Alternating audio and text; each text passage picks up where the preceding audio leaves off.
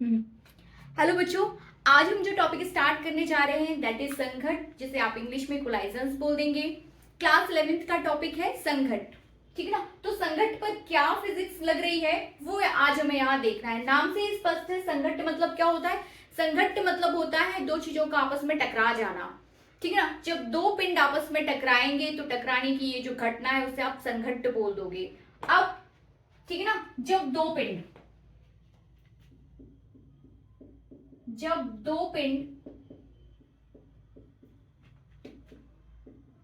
आपस में टकराते हैं तो इसे संघट्ट बोलते हैं, ठीक है ना। इसे संघट्ट बोलते हैं। दो पिंडों का आपस में टकराना संघट्ट होता है, या दो पिंडों के बीच अन्योन्य क्रिया का होना भी संघट्ट है, ठीक है ना। दो पिंडों के बीच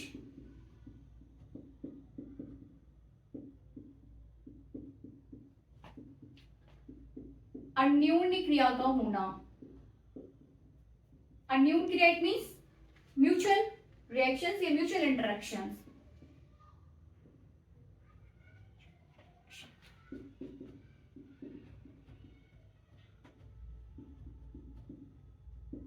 ठीक है, दो पिंडों के बीच अन्योन्य क्रिया का होना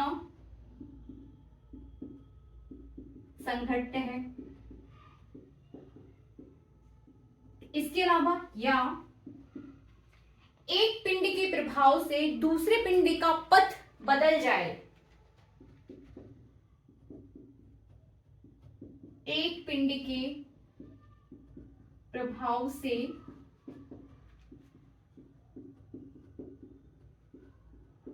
दूसरे पिंड का पथ परिवर्तित हो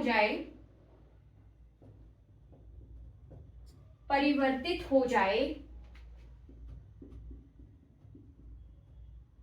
तो ये घटना भी क्या कहलाएगी, संघट्ट कहलाएगी।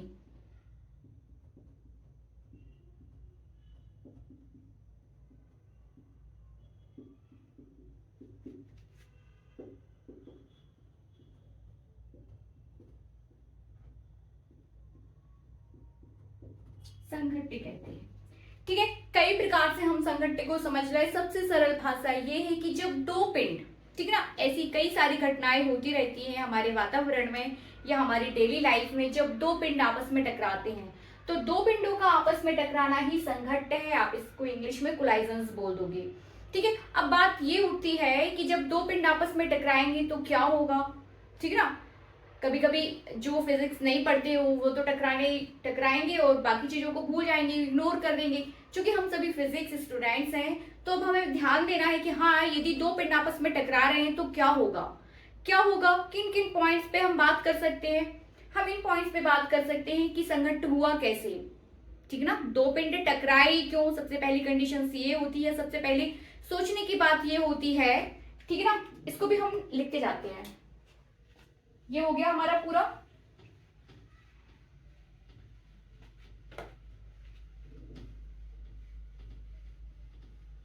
अब बात ये हो रही है कि दो पिंड कब टकराएंगे, कब या कब संघट्ट होगा।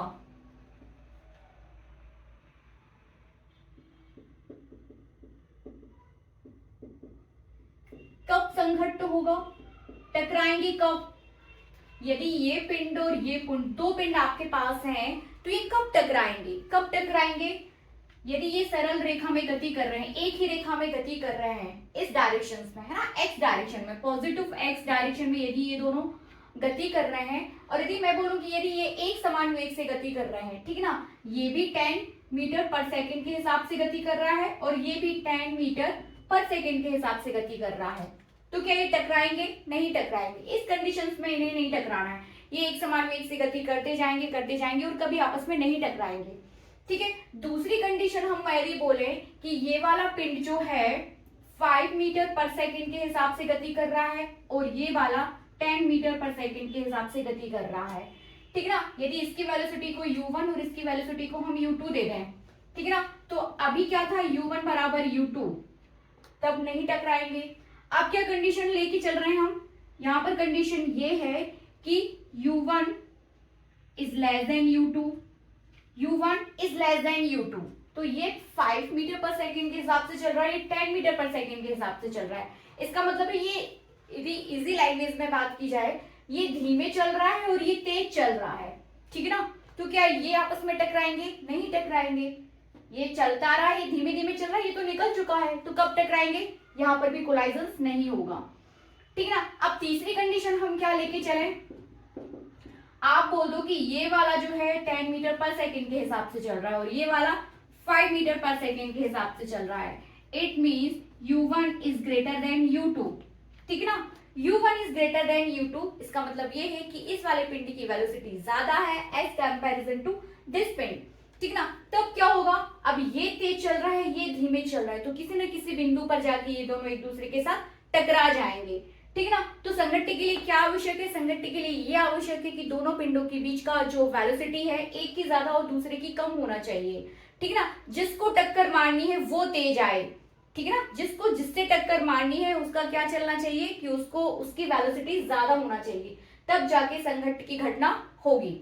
ये बात हमने यहाँ देख ली, ठीक है। अब यहाँ पर हमारा संघट्ट हो चुका है।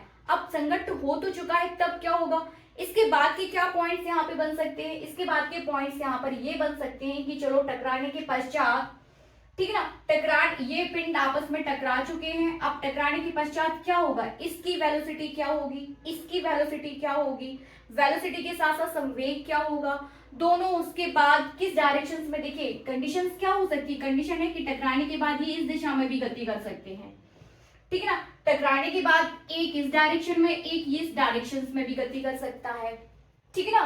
तो इस प्रकार से संघट्ट की कई कंडीशंस होती हैं, संघट्ट कई प्रकार का हो जाएगा, ठीक है ना। इन सब के आधार पर अब हम बात करेंगे कि संघट्ट के प्रकार क्या क्या होंगे, ठीक है ना। संघट्ट के प्रकार, यदि आप यहाँ पर संघट्ट के प्रकार की बात करें तो संघट्ट हमारे दो प्रकार के हो जाएंगे।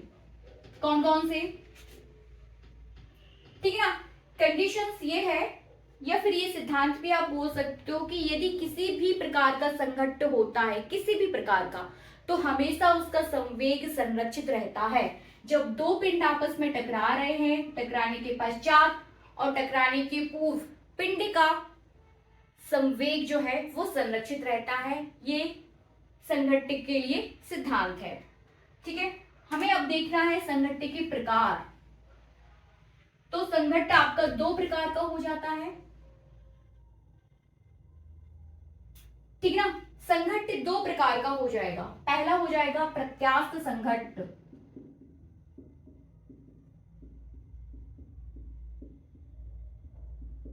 और दूसरा हो जाएगा अप्रत्यास्थ संघट्ट, ठीक है ना। ये हो जाएगा प्रत्यास्थ, ये हो जाएगा अप्रत्यास्थ संघट्ट, ठीक है। एक हो जाएगा प्रत्यास्थ संघट्ट और दूसरा हो जाएगा अप्रत्यास्थ संघट्ट, ठीक है। प्रत्यास्थ इलास्टिक कोलाइजन्स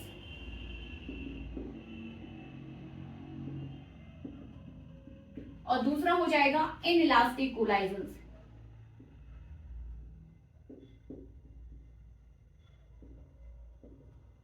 एक हो जाएगा हमारे पास इलास्टिक कोलाइजन्स और दूसरा हो जाएगा इनइलास्टिक कोलाइजन्स, ठीक है। अब इसे इलास्टिक क्यों बोला जा रहा है और इसे इनइलास्टिक क्यों बोला जा रहा है, ठीक है ना।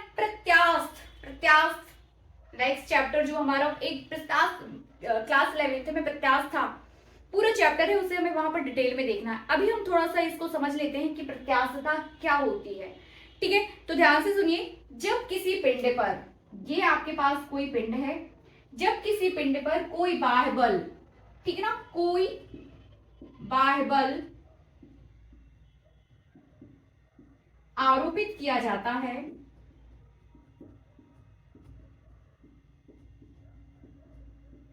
जब किसी पिंड पर कोई बाह्य बल आरोपित किया जाता है तो पिंड के आकार तथा आकृति में परिवर्तन हो जाता है, आकार तथा आकृति में परिवर्तन हो जाता है,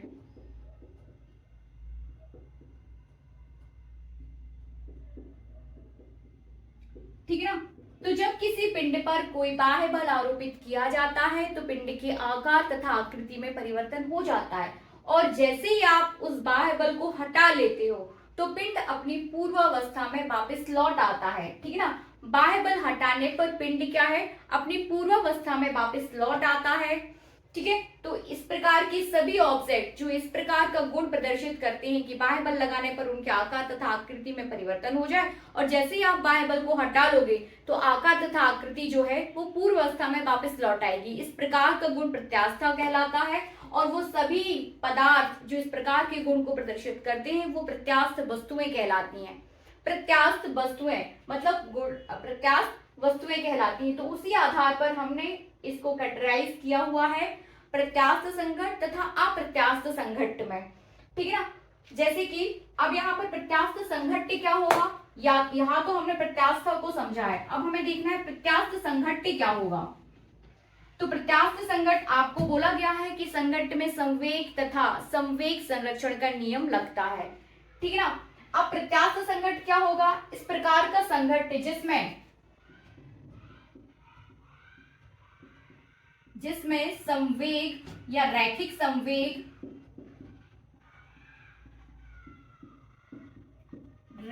संवेग तथा गतिज ऊर्जा संरक्षित रहे। रैखिक संवेग तथा गतिज ऊर्जा इट मीन्स टकराने के पहले पिंड के रैखिक संवेग तथा गतिज ऊर्जा, टकराने के पश्चात निकाय की कुल गतिज ऊर्जा तथा संवेग नियत रहे, तो इस प्रकार का संघट्ट प्रत्यास्थ संघट्ट कहलाएगा। अप्रत्यास्थ संघट्ट क्या हो जाएगा, वह संघट्ट जिसमें निकाय का रैखिक संवेग तो संरक्षित रहे,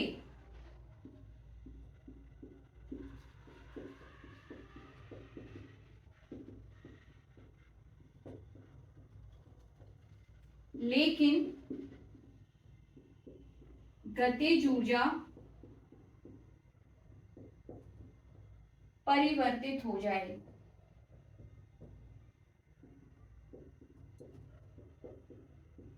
ये आपका हो जाएगा अप्रत्यास्थ संघट्ट।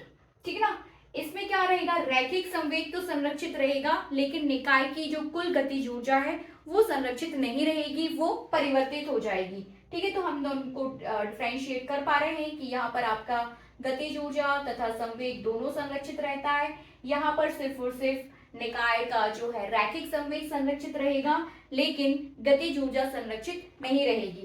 यदि हम इसके उदाहरण की बात करें, ठीक है ना, इसके उदाहरण या एग्जांपल्स की बात करें तो प्रत्यास्थ वस्तुएं, अप्रत्यास्थ वस्तुएं, ठीक है ना, प्रत्यास्थ संघट्ट के एग्जांपल्स की बात करें तो यदि कांच की दो गोलियां आपस में टकराएंगी, टकरा के दूर दूर हो जाएंगी, ठीक है ना, टकरा के उनको क्या हो जाना है, दूर दूर हो जाना है, मतलब टकराने के पश्चात उनको एक नहीं होना है, तो वो प्रत्यास्थ संघट्ट होगा। कांच की गोलियां, स्टील की गोलियां, वो सब क्या इस प्रकार की जो संघट्ट होंगे वो सब प्रत्यास्थ संघट्ट होंगे। गैस के अणु जो आपस में टकराते रहते हैं वो प्रत्यास्थ संघट्ट है।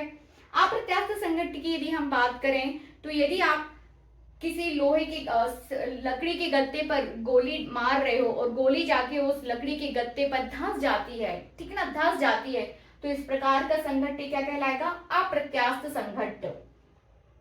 ठीक है ना, अप्रत्यास्थ संघट्ट हो जाएगा, मतलब ये पिंड जब आपस में टकराएंगे तो टकराने के पश्चात ये अलग अलग ही रहेंगे, तो ये संघट्ट आपका प्रत्यास्थ संघट्ट हो जाएगा।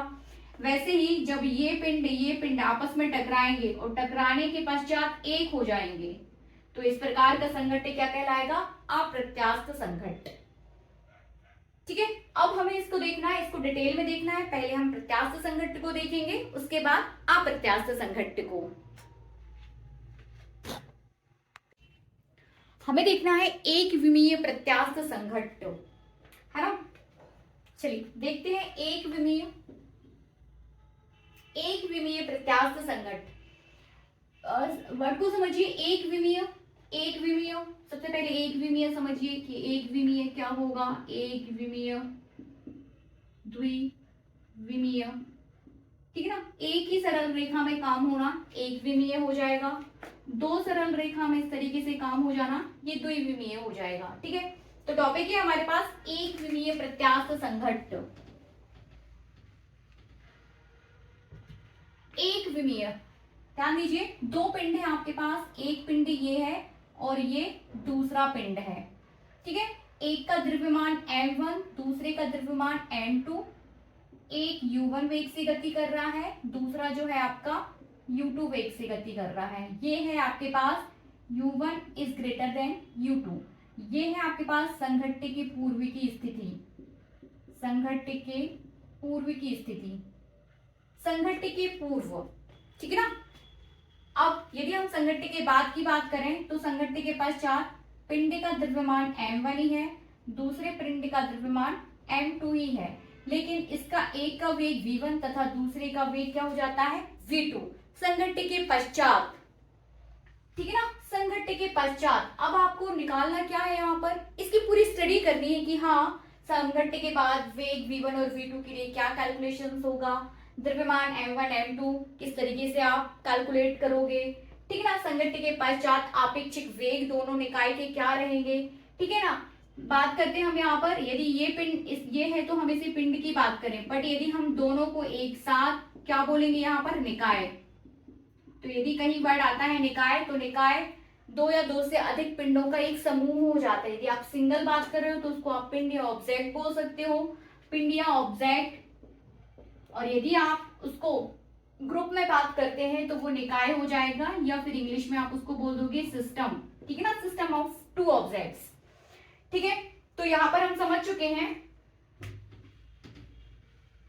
कि दो पिंड है आपके पास, यहां पर हम समझ चुके हैं कि दो पिंड है आपके पास, एक का द्रव्यमान m1 दूसरे का m2, u1 वेग से गति कर रहा है पिंड एक, दूसरा पिंड जो है u2 वेग से गति कर रहा है। संघट्ट की पूर्व की स्थिति है ये। और फिर यदि हम संघट्ट के पश्चात की बात करें, संघट्ट के पश्चात एक पिंड का द्रव्यमान m1, पिंड के द्रव्यमान जो है वो चेंज नहीं हो रहे हैं, ठीक है ना, इसीलिए ही ये इलास्टिक आपका जो है कोलाइजन्स है। तो संघट्ट के पश्चात एक का वेग v1 तथा दूसरे का वेग v2 हो जाता है संवेग संरक्षण के नियम से, ठीक है ना। आगे यदि हम बात करें संवेग संरक्षण के नियम से,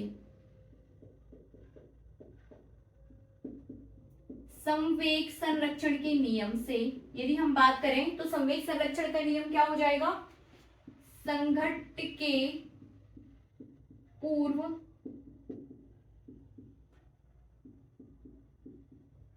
निकाय का कुल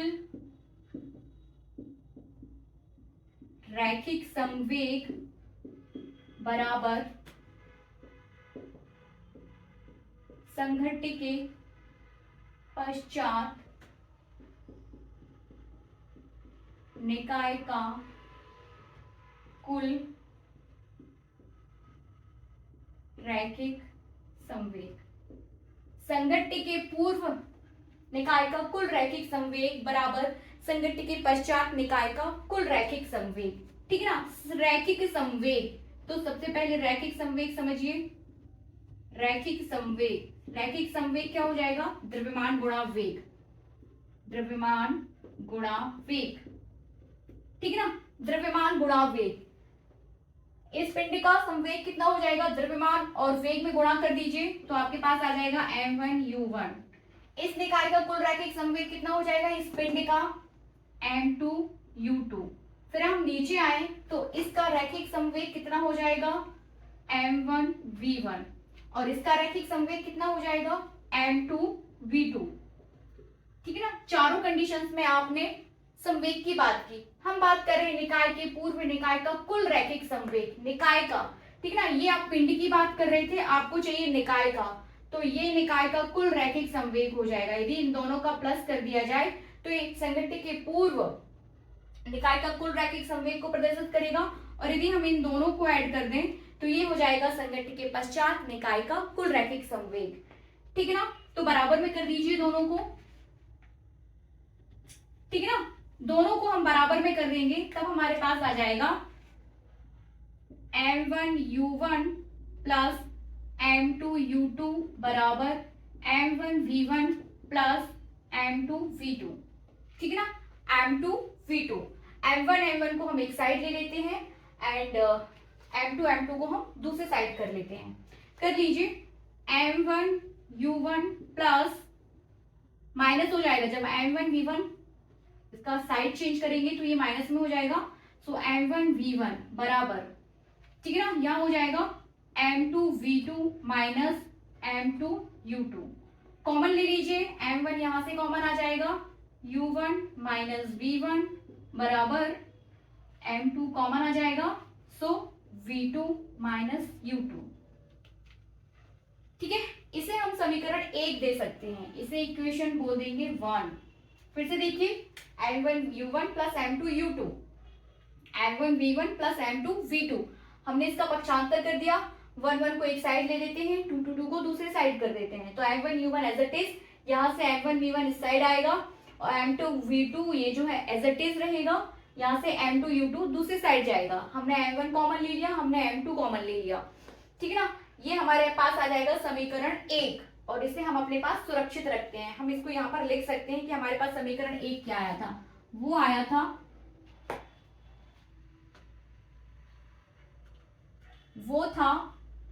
m1 u1 माइनस v1 बराबर m2 v2 माइनस u2। ठीक है, इसे हम अपने पास सुरक्षित रखते हैं और आगे इसको सॉल्व करते हैं।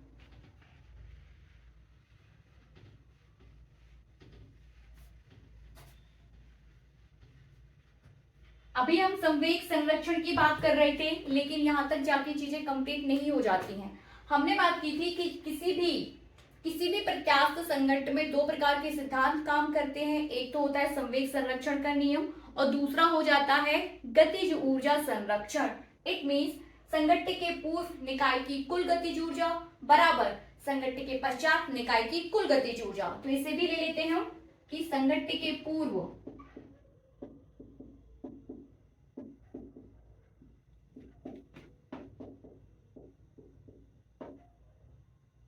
ठीक है ना, थोड़ा सा शॉर्ट में लिखते हैं, यहां बराबर लगा देते हैं और यहां से लिखते हैं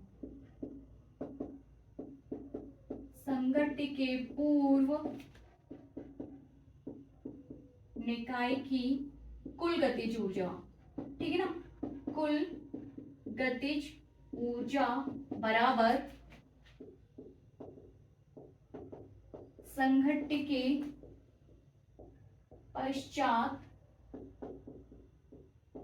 निकाय की कुल गतिज ऊर्जा। ठीक है, तो हमें संघट्ट के पहले निकाय की कुल गतिज ऊर्जा चाहिए और हमें संघट्ट के पश्चात निकाय की कुल गतिज ऊर्जा। गतिज ऊर्जा क्या होगी, सबसे पहले गतिज ऊर्जा देखते हैं कि गतिज ऊर्जा क्या होगी।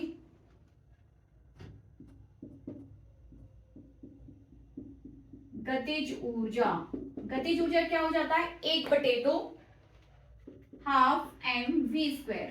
ठीक है ना, 1/2 गुणा वेग का स्क्वायर। ठीक है, द्रव्यमान गुणा वेग का स्क्वायर। तो यदि हम पिंड 1 की बात करें तो उसकी गतिज ऊर्जा कितनी हो जाएगी, 1/2 m1u1²। दूसरे पिंड की बात करें तो 1/2 m2u2²।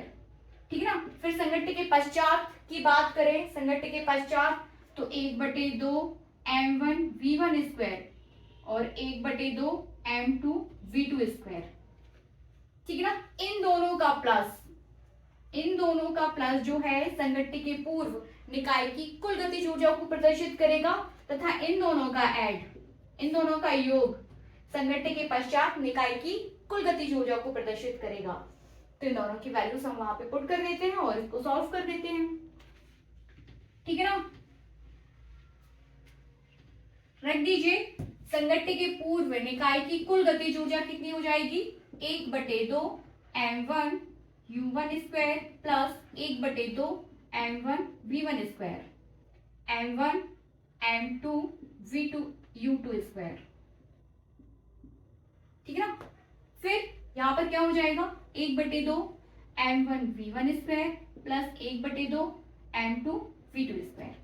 फिर वही m1 को एक साइड ले लेते हैं, 1 वैल्यूज को हम एक साइड लेते हैं एंड 2 वैल्यूज को हम दूसरे साइड कर देते हैं। कर दीजिए 1/2 m1 u1 square minus 1/2 m1 v1 square equals to 1/2 m2 v2 square minus 1/2 m2 u2 square. Is that clear?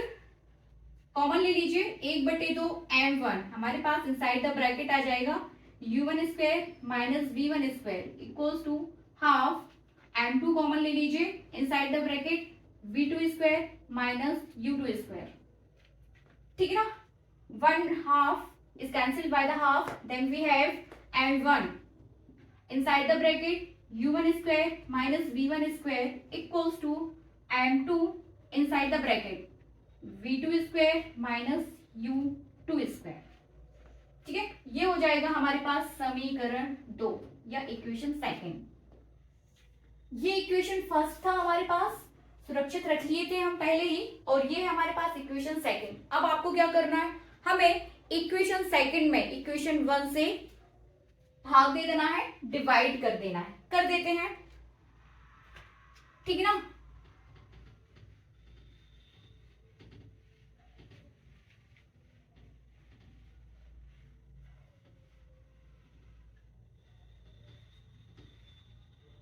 ये हो जाएगा आपके पास। आगे आप किस तरीके से सॉल्व करेंगे, समीकरण 2 में समीकरण 1 से भाग देने पर, डिवाइड करने पर। ठीक है, समीकरण 2 ले लीजिए, m1 inside the bracket u1 square minus v1 square equals to m2 inside the bracket v2 square minus u2 square. समीकरण 1 ये है आपके पास, m1 u1 minus v1 m2 v2 minus u2। ठीक है ना? ये समीकरण 2 है, ये समीकरण 1 है। हमने समीकरण 2 से समीकरण 1 में भाग दे दिया है, तो इस तरीके से ये आ जाएगा। आगे सॉल्व करते हैं। अब आपको क्या करना है, m1 is cancel by the m1 and m2 is cancel by the m2। Bracket को आगे बढ़ाते हैं। हम पढ़ चुके हैं a square minus B square equals to a plus B a minus B, पढ़ चुके हैं हम। तो इसको आपको इसके लिए सॉल्व करना है, ठीक है ना? तब हमारे पास आ जाएगा u1 minus v1 u1 plus v1। ठीक है, नीचे आ जाएगा u1 minus v1 equals to, यहां पे देखें तो v2 plus u2 v2 minus u2, नीचे आ जाएगा v2 माइनस u2। कैंसिल कर दीजिए, जो चीजें कैंसिल हो रही है उन्हें हम कैंसिल कर देते हैं। तो this is cancel by this and this cancel by this, then we have finally next हमें क्या मिल जाएगा, हमें मिल जाएगा u1 प्लस v1 बराबर v2 प्लस u2। ठीक है ना? आगे इसको अरेंज करते हैं, थोड़ा सा और इसको सॉल्व करते हैं। इसे साफ कर देती हूँ।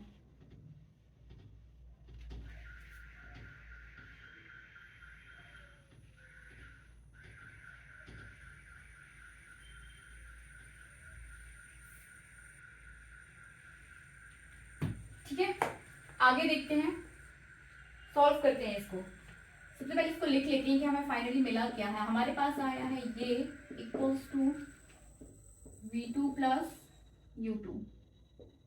ठीक है ना? इसको सॉल्व करते हैं आगे। चलिए, क्या करना है हमें, अब हम कर सकते हैं कि u वैल्यूज को एक side and v related values को दूसरे साइड। तो u1 प्लस माइनस, ठीक है, इस साइड, इसका साइड चेंज करेंगे तो यहां पर आएगा, तो ये क्या हो जाएगा, माइनस में।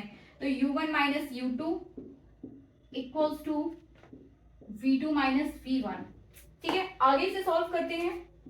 u1 minus u2 equals to minus v1 minus v2। ठीक है ना? तो ये क्या सिद्ध कर रहा है आपको, ये सिद्ध कर रहा है, देखिए हम पढ़ चुके हैं आपेक्षिक वेग, एक वर्ड काफी दिन पहले हम सीखे थे, आपेक्षिक वेग। और आपेक्षिक वेग जैसे दो पिंड आपस में गति कर रहे हैं, एक साथ गति कर रहे हैं, तो एक पिंड की वेलोसिटी माइनस दूसरे पिंड की वेलोसिटी, इस प्रकार है ना, एक पिंड की वेलोसिटी माइनस दूसरे पिंड की वेलोसिटी। फॉर एग्जांपल दो पिंड, एक पिंड ये है, दूसरा पिंड ये है, ठीक है ना, ये पिंड u1 वेग से या 10 या फिर फॉर एग्जांपल आप इसको ले लीजिए कि ये 10 मीटर पर सेकंड के हिसाब से गति कर रहा है, ये 12 या 8 मीटर पर सेकंड के हिसाब से गति कर रहा है।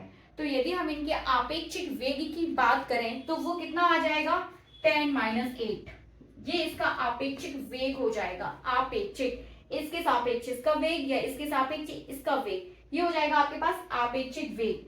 तो ये u1 माइनस u2 क्या दिखा रहा है, ये संघट्ट के पूर्व पिंडों का आपेक्षिक वेग दिखा रहा है, संघट्ट के पूर्व आपेक्षिक वेग, और ये वाला क्या दिखा रहा है, संघट्ट के पश्चात आपेक्षिक वेग। तब आप कह सकते हो कि, तब हम कह सकते हैं कि संघट्ट के पूर्व आपेक्षिक वेग बराबर संघट्ट के पश्चात आपेक्षिक वेग, लिख सकते हैं आप यहां पर, ठीक है ना, संघट्ट के पूर्व आपेक्षिक वेग बराबर संघट्ट के पश्चात आपेक्षिक वेग।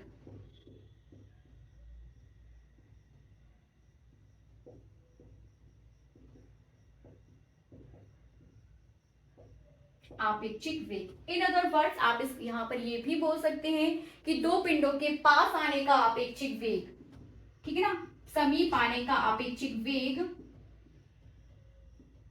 समीप आने का आपेक्षिक वेग बराबर दूर जाने का आपेक्षिक वेग।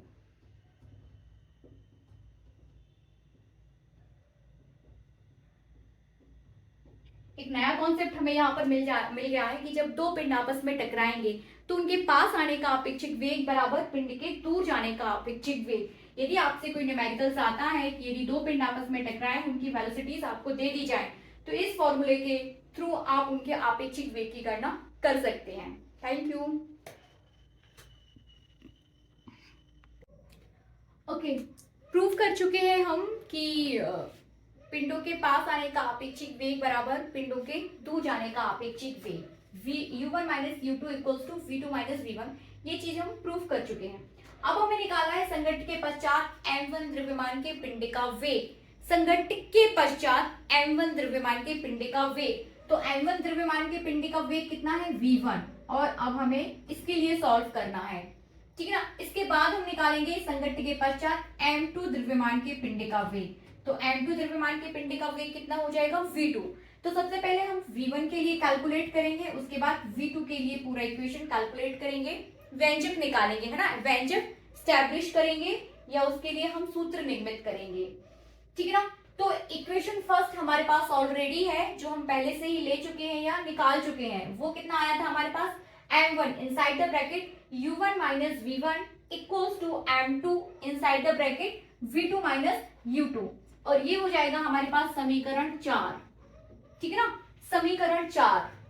या इसे समीकरण 4 ना देके सबसे पहले हम इसके बदले में ले लेते हैं, इसको थोड़ा सा सॉल्व करते हैं, v2 इक्वल्स टू निकालते हैं, v2 इक्वल्स टू, तो कितना हो जाएगा, v2 बराबर u1 minus u2 plus v1, है ना, ये एज इट इज रहेगा v2, और यहाँ पर जाएंगे तो ये इसका पक्षांतर हो जाएगा, तो हमारे पास आ जाएगा u1 minus u2 plus v1। अब ये इसे हम दे देते हैं समीकरण 4, ठीक है। समीकरण 4 का मान, समीकरण 4 से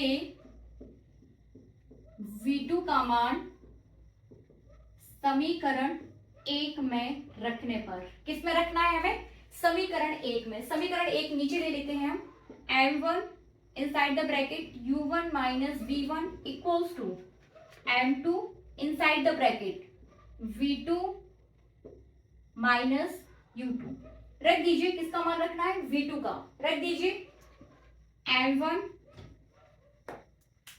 ठीक है ना, रख देते हैं m1 u1 माइनस v1 बराबर m2, v2 कितना लेना है हमें, ये पूरा, so u1 minus u2 plus V1 minus U2।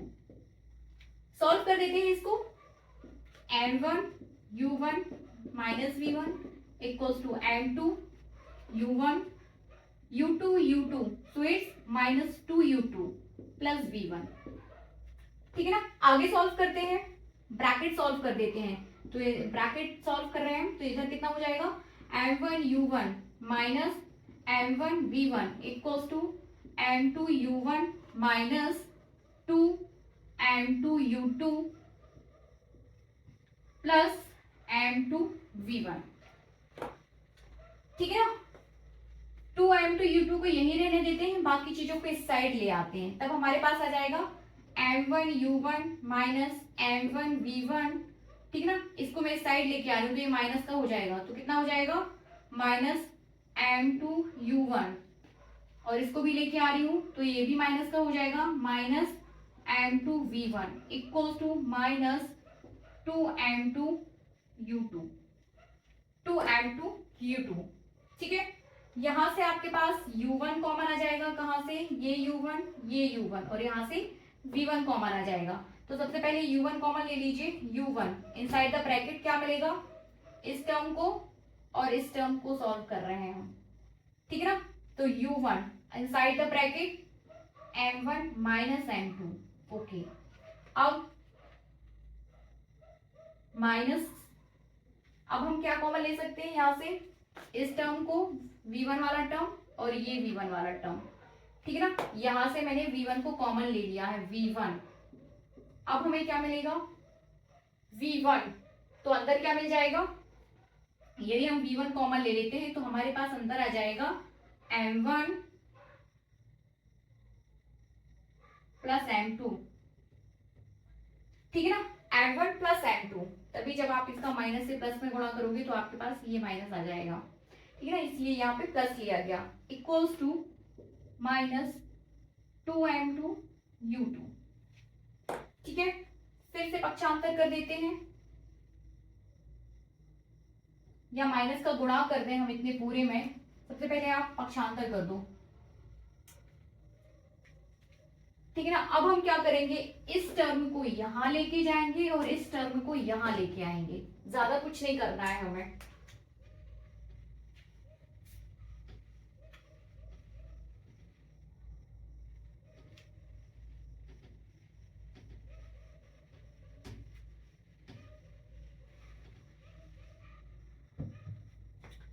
ठीक है ना, कुछ नहीं करना है, इस टर्म को उठा के यहां लेके जाना है और इस टर्म को उठा के हम यहां ले आएंगे, बाकी चीजें आपकी एज इट इज रहेंगी। तो करिए, U1 M1 माइनस M2। ठीक है, ये वाला टर्म जब इस साइड आएगा तो किसका हो जाएगा, प्लस का हो जाएगा, तो plus 2 M2 U2 equals to, अब जब ये वाला टर्म बराबर के उस साइड जाएगा, इक्वल के उस साइड जाएगा, तो फिर वो भी किस में हो जाएगा, प्लस में। So we have V1 M1 plus M2। ठीक है, ये हो गया, थोड़ा सा लेंदी है लेकिन है इजी। ठीक है ना, ये फाइनली हमें मिल गया है V1 M1 plus M2 equals to U1 M1 minus M2 plus 2 M2 U2। Then V1 equals to, यहां से V1 निकाल दीजिए, V1 इक्वल्स टू हमारे पास आ जाएगा U1 minus M2 U1 inside the bracket M1 minus M2 divided by M1 plus M2, M1 plus M2 plus 2 M2 U2 divided by M1 plus M2। ये finally हमें क्या मिल गया, संघट्ट के पश्चात M1 द्रव्यमान का वेग, M1 द्रव्यमान के पिंड का वेग। जब दो पिंड आपस में टकराएंगे, एक की वेलोसिटी टकराने के पश्चात V1 हो जाएगी और दूसरे पिंड की वेलोसिटी टकराने के पश्चात V2 हो जाएगी। तो वही V1 हमने यहाँ पे कैलकुलेट कर दिया है कि संघट्ट के पश्चात M1 द्रव्यमान के पिंड का वेग कितना आएगा, U1 inside the bracket M1 minus M2 divided by M1 plus M2 plus 2 M2 U2 divided by M1 plus M2। ठीक है, इसी प्रकार जैसे हमने V1 निकाला है, ठीक उसी प्रकार अब हमें क्या निकालना है, V2। ठीक ना, तो V2 भी कैलकुलेट कर लेते हैं। इसे हम शॉर्ट में भी कर सकते हैं, जैसे आपके पास ये आ गया है, ठीक है ना। अब आपको क्या करना था, ठीक है, क्या करना है, जैसे अभी अपने पास था u1 minus u2 equals to v2 minus v1। v1 निकालने के लिए आपने v2 इक्वल्स टू निकाला, अब v2 निकालने के लिए आप कितना निकालोगे, v1 इक्वल्स टू। तो यहां से v1 इक्वल्स टू कितना हो जाएगा, इस इक्वेशन से v1 इक्वल्स टू कितना हो जाएगा, v1 बराबर हो जाएगा हमारे पास, v1 बराबर माइनस v1 बराबर लिख लें तो हमारे पास आ जाएगा u1 minus u2 minus v2, या फिर v1 इक्वल्स टू आ जाएगा v2 minus u1 plus u2। ठीक है ना, इस v1 को उठाकर हमें रख देना है समीकरण 1 में, और जैसे हमने v1 कैलकुलेट किया है सेम वैसे ही हम v2 कैलकुलेट कर लेंगे। और जब वैसे कैलकुलेट करने के बाद आपके पास v2 इक्वल्स टू आ जाएगा, आपके पास v2 इक्वल्स टू आ जाएगा। ओके, तो जब आप इसके लिए सॉल्व करेंगे, ठीक है ना, वैसे ही करना है जैसे हमने इसके लिए सॉल्व किया। आपको v1 निकालना है, v1 इक्वल्स टू आ गया आपके पास v2 minus u1 plus u2, इसको उठाकर समीकरण 1 में रख देना है और v2 के लिए सॉल्व कर देना है। ठीक है ना, तो v2 आपके पास आ जाएगा, पूरा सॉल्व करने के बाद v2 इक्वल्स टू आपके पास पहुंच जाएगा, कुछ नहीं करना है आपको। ठीक है ना, यदि याद करने का मैं तरीका बता दूं, यदि आपको ये वाला इक्वेशन याद है तो इस इक्वेशन में जहां पर u1 है तो u1 की जगह आपका आ जाएगा u2, u1 की जगह u2, और m1 माइनस m2 की जगह आपका आ जाएगा m2 माइनस m1। ठीक है ना, ऐसे आ जाएगा। तब आपके पास v2 इक्वल्स टू यदि आता है तो वो हो जाएगा u1 की जगह u2, m1 माइनस m2 की जगह m2 minus m1 equals to m1 plus m2 plus 2m2, u1 की जगह u2 तो u2 की जगह u1, तो u2 की जगह आपका कितना लिखना है, आपको u1 divided by m1 plus m2। ठीक है ना, तो ये दोनों समीकरण आपको क्या बताए देंगे, v1 v2। तो संगठन के पश्चात m1 द्रव्यमान का वेग, संगठन के पश्चात m2 द्रव्यमान का वेग। थैंक यू सो मच, बहुत टफ नहीं है, आप कर सकते हैं और करना ही है क्योंकि एग्जाम्स में ये आना ही है। ओके, इतना सब करने के बाद आपको यहाँ पर कंडीशंस भी लगानी है। ठीक है ना, तो हम इसकी कंडीशंस और देख लेते हैं। ओके बच्चों, अब हमें v1 और v2, v1 equals to v2 equals to, ये इक्वेशन याद करना है। कैसे याद करेंगे, ठीक ना, इतना हम लिख लेंगे। फिर क्या करेंगे, हमें पता है यहाँ पर है m1 प्लस m2, यहाँ पर भी m1 प्लस m2, यहाँ पर भी m1 प्लस m2, और यहाँ पर भी m1 प्लस m2। ठीक है, ये ब्रैकेट बंद कर दो, यहाँ पर ये ब्रैकेट यहाँ बंद कर दो, ये ब्रैकेट यहाँ बंद कर दो, और ये ब्रैकेट यहाँ बंद कर दो। इतना काम करने के बाद, ठीक है ना, ये ब्रैकेट्स हमने यहाँ पे बंद कर दिए। सेम है, क्या करना है हमें, एक जगह u1 आ जाएगा तो यहाँ पे क्या आ जाएगा u2, यदि यहाँ u1 तो यहाँ u2। ठीक है ना, और यदि यहाँ u2 है तो यहाँ पर नीचे क्या आ जाएगा, u1। ठीक है ना, तो सबसे पहले यदि यहाँ u1 है, यदि यहाँ u1 है तो यहाँ आपका u2 हो जाएगा, यदि यहाँ u2 है तो नीचे क्या हो जाएगा, u1। ठीक है, यहाँ आपके पास क्या आया था, 2m2, और यहाँ हो जाएगा 2m1। ठीक है, यहाँ आपके पास आ जाएगा m1 माइनस m2, यहाँ हो जाएगा m2 माइनस m1।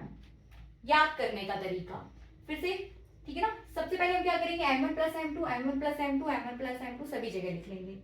ऊपर हो जाएगा आपके पास m1 माइनस m2, तो नीचे हो जाएगा m2 माइनस m1। ऊपर यदि 2m2 है तो नीचे हो जाएगा 2m1। इस तरीके से आप v1 एंड v2 को याद कर सकते हो। ठीक है, अब कंडीशंस आपके पास क्या क्या है, कंडीशंस की यदि हम बात करें, कंडीशंस यहाँ पर क्या क्या लग सकती है, कंडीशंस आपकी यहाँ ये लग सकती है कि यदि m1 बराबर m2 बराबर m, यदि दोनों पिंडों के द्रव्यमान एक जैसे हैं तब v1 कितना होगा, v2 कितना होगा। तो दोनों ही इक्वेशंस पे आपको m1 प्लस क्या कर देना है, m1 मतलब दोनों पिंडों के द्रव्यमान को सेम कर देना है। तो ये चीज और ये चीज कैंसिल हो जाएगी, ये चीज और ये चीज क्या हो जाएगी, कैंसिल हो जाएगी। आपके पास क्या बचेगा यहाँ पर 2m divided by 2m u2, ठीक ना, बचेगा ना। यहाँ पर भी m, यहाँ पर भी m, यहाँ पर भी m, तो m m ये पूरा कैंसिल हो जाएगा। आपके पास बचेगा क्या u2 और आपके पास नीचे क्या बचेगा u1। तो ये चीज आपको कैलकुलेट करनी है यदि दोनों पिंडों के द्रव्यमान एक जैसे हो। कंडीशन 1। कंडीशन 2, यदि u2 इक्वल्स टू 0, मतलब कि एक पिंड आपका किस में हो जाएगा, रेस्ट में, u2 इक्वल्स टू 0, तब आपको v1 और v2 को कैलकुलेट करना है। तो आपको कैलकुलेट करना है, ये आपके लिए काम है, ठीक है ना। हम यहाँ पर v1 v2 निकाल चुके हैं। अब कंडीशंस हम रख सकते हैं, सॉल्व भी कर सकते हैं, ठीक है। तो ये चीज आपको ही करनी है और कमेंट करके जरूर बताइएगा कि आपसे बन रहा है कि नहीं बन रहा है। यदि आपसे नहीं बनेगा तो फिर से हम इसे पूरा का पूरा सॉल्व कर लेंगे। Thank you so much, thank you.